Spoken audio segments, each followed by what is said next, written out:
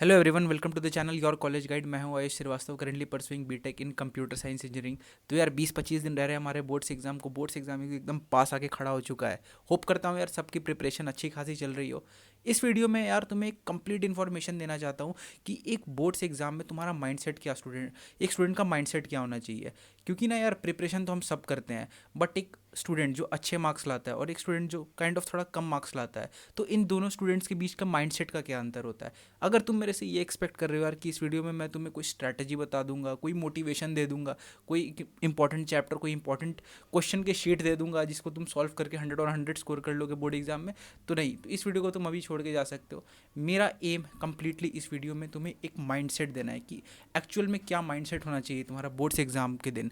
तो स्टार्ट करते हैं यार वीडियो को। सबसे पहले इंपॉर्टेंट चीज़ कहा जाती है यार, हमें अपने स्ट्रेंथ के ऊपर फोकस करना है। अब कई स्टूडेंट्स क्या है ना कि उन्हीं क्वेश्चंस के ऊपर फोकस करते हैं या फिर उन्हीं टॉपिक्स के ऊपर फोकस करते रह जाते हैं जिसको लेकर वो kind of under confident feel करते हैं। पेपर के अंदर देखोगे यार, कई स्टूडेंट्स ऐसे हैं जिन्हों सपोज 10 या 20 मार्क्स का कोई क्वेश्चन नहीं आता, उसी के पीछे वो पूरा परेशान होते रहेंगे, अरे यार मुझे ये क्वेश्चन नहीं आता, जिसके कारण क्या है ना, अपना पूरा पेपर उसके चलते वो इम्पैक्ट कर लेंगे वो 10-20 मार्क्स के क्वेश्चन के चक्कर में। हमें ये चीज़ नहीं करनी है। कोई भी सेक्शन तुम्हें आता है, फील करते हो तुम कॉन्फिडेंट है, बना दो उस सेक्शन को सबसे पहले जाके। जिसको तुम्हें लगता है नहीं ये मेरे आता है, ये मेरी स्ट्रेंथ है, इसको तो मैं 100% जानता हूँ।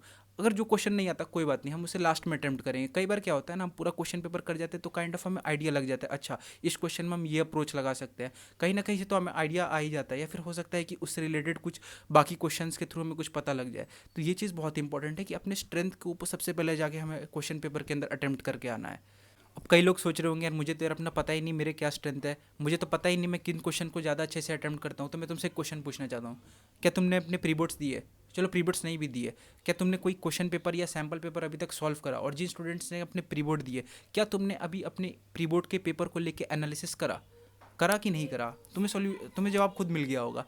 जब तक तुम प्रीवियस ईयर पेपर्स नहीं दोगे, जब तक तुम अपने प्री बोर्ड्स के क्वेश्चन पेपर जो तुमने सॉल्व करा है उसको उठा के एनालिसिस नहीं करोगे, तब तक तुम्हें नहीं पता लग रहा होगा कि तुम्हें कौन से सेक्शन तुम पहले अटेम्प्ट करने में कॉन्फिडेंट हो, कौन से क्वेश्चंस तुम्हें अच्छे से आते हैं, तुम लॉन्ग क्वेश्चन को पहले अच्छे से अटेम्प्ट करते हो कि शॉर्ट क्वेश्चंस को पहले अच्छे से अटेम्प्ट करते हो।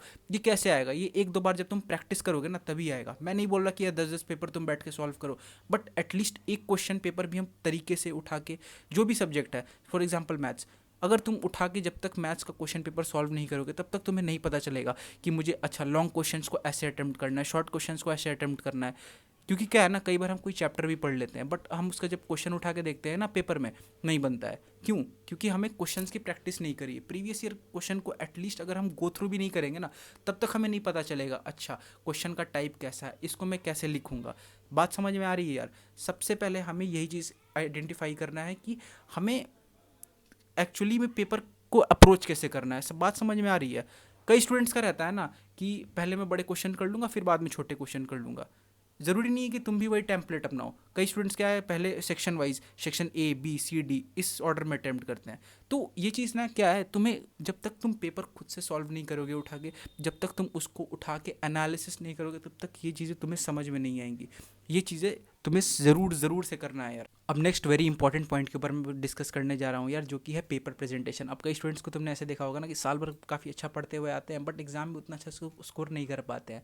बट कई स्टूडेंट्स को तुमने ऐसे भी देखा होगा कि कई कुछ दिन पहले प्रिपरेशन स्टार्ट करा और काफ़ी अच्छा स्कोर कर गए एग्जाम में। क्यों? क्योंकि उनके पास एक स्किल है यार पेपर प्रेजेंटेशन की। अगर तुम्हें कोई क्वेश्चन है सपोज, अगर तुम उसका प्रॉपर पॉइंट्स बना के आंसर दे रहे हो, उसके रिलेटेड कोई डायग्राम बना रहे हो, उसके रिलेटेड कोई फ्लो चार्ट बना रहे हो, तो क्या है ना, टीचर को भी एक कॉन्फिडेंस आ जाएगा कि अच्छा ये स्टूडेंट के पास नॉलेज है। तो इससे ये कैसे आएगा? अगर तुम जब तक कोई क्वेश्चंस को उठा के प्रैक्टिस नहीं करोगे। कई स्टूडेंट्स क्या है ना, नेचुरली इस चीज़ों में अच्छे होते हैं कि अपने, हो सकता है उनके पास कम नॉलेज हो, बट जब वो ट्रांसलेट करने पे आते हैं अपने नॉलेज को, तो तुम देखते हो कि अच्छा ये काफ़ी अच्छे से समझा पा रहा है। बट कई स्टूडेंट को तुमने ऐसे भी देखा होगा कि भाई बहुत नॉलेज है बट जब एक्सप्लेन करने पे आते हैं उतना अच्छा एक्सप्लेन नहीं कर पाते हैं। तो ये चीज़ या तो तुम बिल्डअप करनी होगी, या तो तुम नेचुरली ये तुम्हारे पास है तो कोई दिक्कत नहीं। तो ये चीज़ कैसे बिल्डअप होगी? जब तक तुम पेपर्स को उठा के सॉल्व नहीं करोगे तब तक नहीं। मैं नहीं कह रहा कि तुम 10-10 पेपर को उठा के सॉल्व करो, नहीं।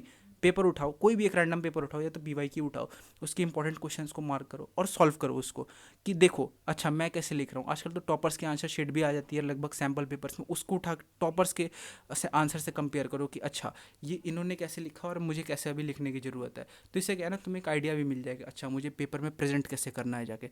होप ये चीज़ तुमको बहुत समझ में आई होगी, बहुत इंपॉर्टेंट चीज़ है यार। बोर्ड एग्जाम क्या है ना यार, अल्टीमेटली जो स्टूडेंट उस दिन अपने बोर्ड्स के पेपर के दिन अच्छे से आंसर्स लिख के आएगा, अल्टीमेटली मार्क्स उसी को मिलेंगे। फ़र्क नहीं पड़ता यार तुम्हारा अभी तक कितना प्रिपरेशन हो रखा है, तुम्हें पता है सिलेबस तो कंप्लीट जैसे जैसे तुम कर ही लोगे।